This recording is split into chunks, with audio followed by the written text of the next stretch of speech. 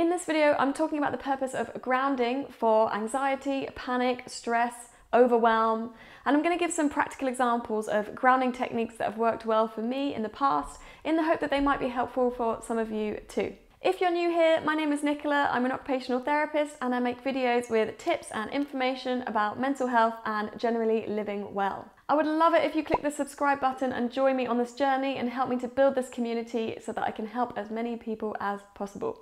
So I've lived with anxiety my whole life and I've still never quite made it yet to chilled person status. I don't think I ever will. I think it's something that needs to be constantly worked on, and I'm always adding new tools to my mental toolbox, and sometimes it takes a while for us to figure out what works well for us and what doesn't.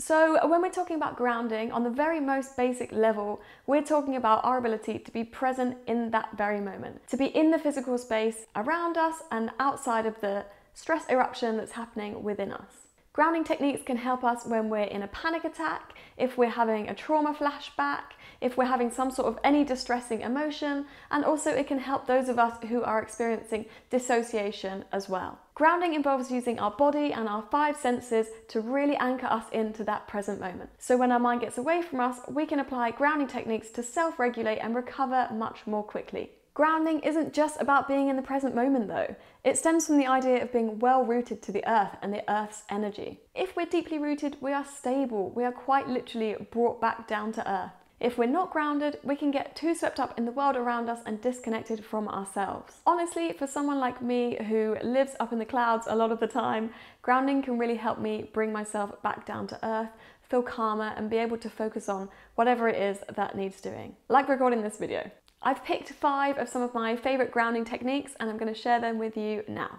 Number 1 is Savasana, the simplest of them all. You cannot be any more grounded than if you were literally laying on the ground. Imagine your body creating roots and sending those roots deep down into the earth's core, anchoring you deep to the ground. Outside is best so that you can get that deep connection to the earth, but if you can't do that, just lay down on the floor wherever you are. In the middle of the supermarket? Sure. Middle of the tube in rush hour?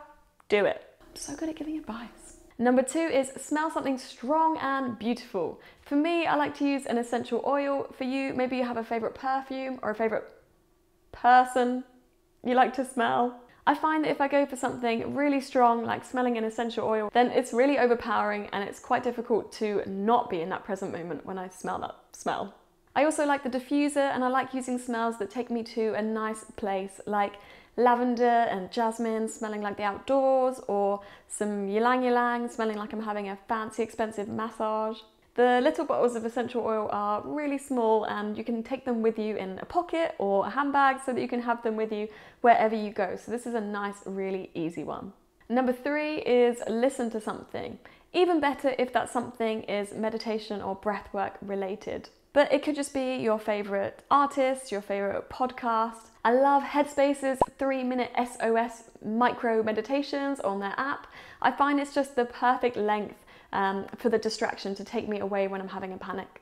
Double points if you listen to something while sitting or laying on the ground as well, so that you're getting 2 grounding techniques in one. Number 4 is to sigh it out in Ragdoll pose. This one is so good because it helps you focus on your breath and in particular elongating your breath from sighing it out, but it also gives you the distraction, and we like a distraction, of feeling other sensations in your body as well. So you're getting a really nice opening and stretching on the back of your legs, your hamstrings, and through your spine as well. It releases tension in the neck and shoulders, and it's just really good for calming you down and stress relieving in that moment.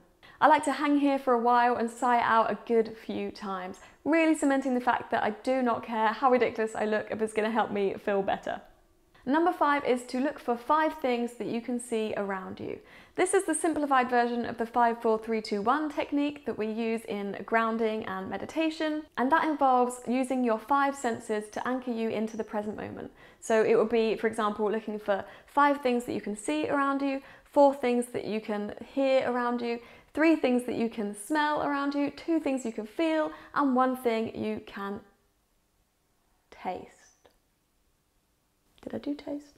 I tend to find that that is quite overwhelming, so I often just focus on one, like looking for 5 new things that I can see around me. The aim is to look for details. Try and spot something you haven't seen before, like the veins on a leaf, or a new fruit growing in the tree, or a new damp patch that's just arrived on your ceiling that wasn't there last week. Don't stop until you get to 5, and if that didn't help, then move on to a different sensation. I tend to adjust this depending on the environment that I'm in. So if I'm in nature, I like to do as many of the senses as possible, but if I'm on the tube in rush hour, I really don't want to be using my sense of smell. So that's just 5 of my favourites, and there are plenty more, so I will be making more videos about this. I think it gives you a bit of a range of things that you can try and adjust to your different environment as well. My absolute favourite person to learn about grounding from is Yoga with Cassandra on YouTube. Cassandra is such a gem, and I've learned so much from her. I find that when I need to be brought back down to earth, and that happens a lot, I tend to look at one of her grounding yoga practices, her root chakra practices, and her elemental series. I'll put a link to her channel in the description below, and I'll put a card up here now so that it can link to her channel if you want to check her out as well. That's all from me. I hope you found this video helpful. If you did, please give me a subscribe and let me know in the comments as well if there's anything else you would like to see on my channel, and I will look forward to seeing you again next time.